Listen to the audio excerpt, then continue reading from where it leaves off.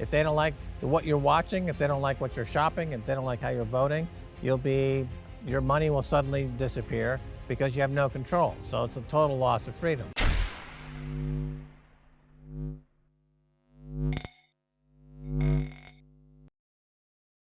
Hey guys, welcome back to Library of Wealth. Today we have Bitcoin maximalist Max Keiser giving us an update on how the Fed money printing is affecting inflation and why the recent crash in the crypto market happened. With cryptocurrency going through a difficult time, Bitcoin has also lost 30% of its value just this year. Investors and crypto analysts say that whenever there's a sell-off, to be aware of any projections that indicate a lower price point of the prevailing downtrend. Keiser has been warning people that fiat currencies would collapse and why Bitcoin is a significantly better store of value. The pricing on Wall Street continues to erode trust with investors, and we're starting to see the negative effects of that now. Let's get into the interview with Max Keiser as he gives his prediction on the market collapse and how this will affect Bitcoin in the next few months. Don't forget to like and subscribe if you enjoy the content we do here on this channel. Let's get right into the video. We will see the crash of the bond market, the end of a multi-decade-long bond bubble, the sovereign bond bubble. And in this sort of moment is, of course, a very dangerous time for everybody. Bitcoin changed money forever.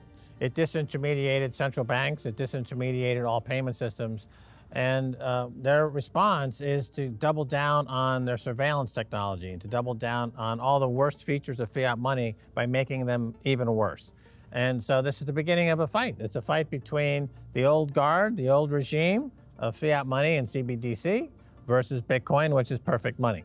Sean Lennon is right, and that you have the attempt by the state and others, the corpocracy, the fusion of state and government, or which is what a CBDC is, it's on the blockchain, to survey every moment of your life and put it into a huge database and to control you accordingly with social credit scores. If they don't like what you're watching, if they don't like what you're shopping, if they don't like how you're voting, your money will suddenly disappear because you have no control. So it's a total loss of freedom. It's total enslavement. And someone like Sean Lennon, who's an artist, a fine artist, great musician, is, the artists, as we've said many times, typically are sensitive to these types of changes a little bit ahead of the population. They have their ears and their senses are open to it. And he senses, as many folks do, that this is the last stand for humanity. Bitcoin is the last stand for humanity. Keiser goes on to say that anytime a collapse happens, investors' timelines get distorted. During periods of extreme volatility, the price of cryptocurrency can skyrocket and crash within just a few months. The recent international conflicts have caused global markets to remain volatile, and uncertainty has followed close behind. Keiser believes we are on the verge of a total financial collapse.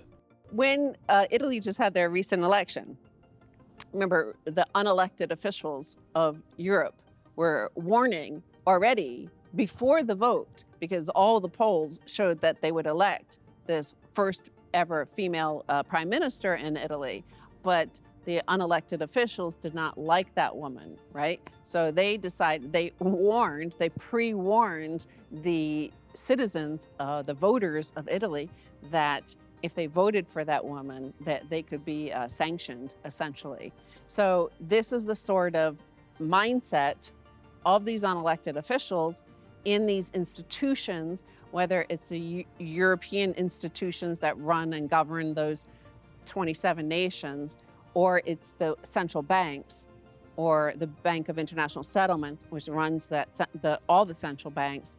So their mindset is that we basically have a social credit score, and we have some choices that we offer you to make you feel free, when in fact you're not free. You can only select certain things. And if somehow some sort of person like this woman in Italy pops up through there, that we're going to punish you. And these are the same people, this is the same mindset that will control those central bank digital currencies. They have overused various epithets over the years. Because the elites control the media, according to the elites, according to Paul Krugman, according to the New York Times, the Washington Post, everyone is a So then what happens is, okay, Italy elects somebody who's completely out of left field, who's not part of the mainstream. And so when these same people, the New York Times, the Washington Post, start using words like etc., everyone's like, you know, you've already outworn your welcome with those words. I mean, you're going to have to think. That's the thing about the New York Times and Washington Post.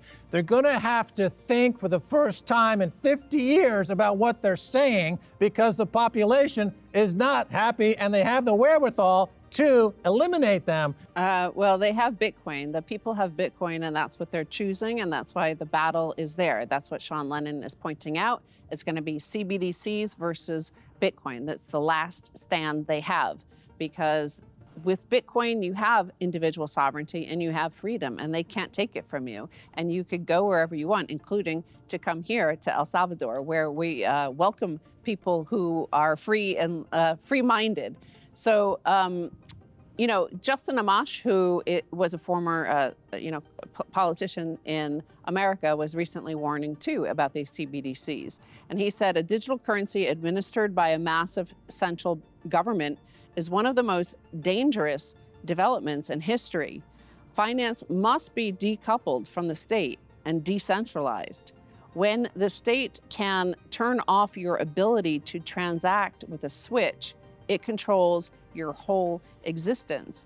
And so this isn't just theoretical. What Justin Amash was responding to was an actual tweet from the White House. And the White House tweeted this: "A digital dollar may seem far-fetched," they wrote, "but it is not beyond the realm of possibility."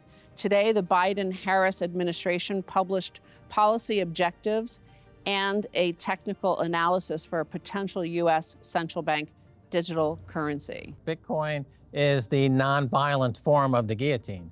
In other words, right before a major revolution, the elites got a little too uppity and they had to be dealt with. Now, Bitcoin is nonviolent. Bitcoin simply replaces the tool of their fiat money for freedom and individual sovereignty.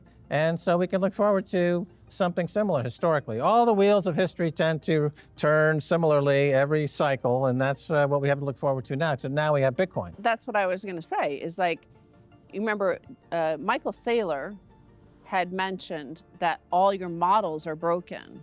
But the problem for these academics and these think tanks and the mainstream media and the unelected officials that run many of the global institutions is that they still operate in the model mindset. They have these inputs, and the price is supposed to be something, and they're supposed to always rule the world. But the cycles are the things that keep on continuing. The life cycle of fiat currency, the life cycle of an empire, the Thucydides trap, the life cycle of generations, the fourth turning. We have all these cycles that are continuing, and they always happen, and there's an inevitability to it. But Bitcoin destroyed all the models whereby these elite manage and control that world for all those cycles, like for many successive cycles. But because their models are now destroyed, their ability to control is also destroyed.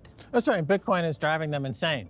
So instead of them, Bitcoin simply turns them into dribbling psychotic, like the president of the United States, who appears to have no cognitive ability at all, thanks to Bitcoin. Wall Street and Silicon Valley are now doing what the early Bitcoin investors were doing in 2017. With 380% collapses so far in Bitcoin, the next few months will determine how it will bounce back. In the meantime, some experts predict an $8,000 bottom price for Bitcoin soon, seeing a recent 70% downturn since its $30,000 price point in June. If their forecast comes true, it would inflict further pain on Bitcoin and the broader cryptocurrency market, which has seen around $500 billion wiped off its value in the past month. Most agree that Bitcoin will survive this cycle, but this is eerily similar to the dot-com bubble of the early 2000s. While most major cryptos are spending much of the day in the red, ongoing investor fears about inflation and a possible recession grows as central banks tighten monetary policy. What do you think about Max Keiser's prediction for Bitcoin? Comment down below. Don't forget to like and subscribe.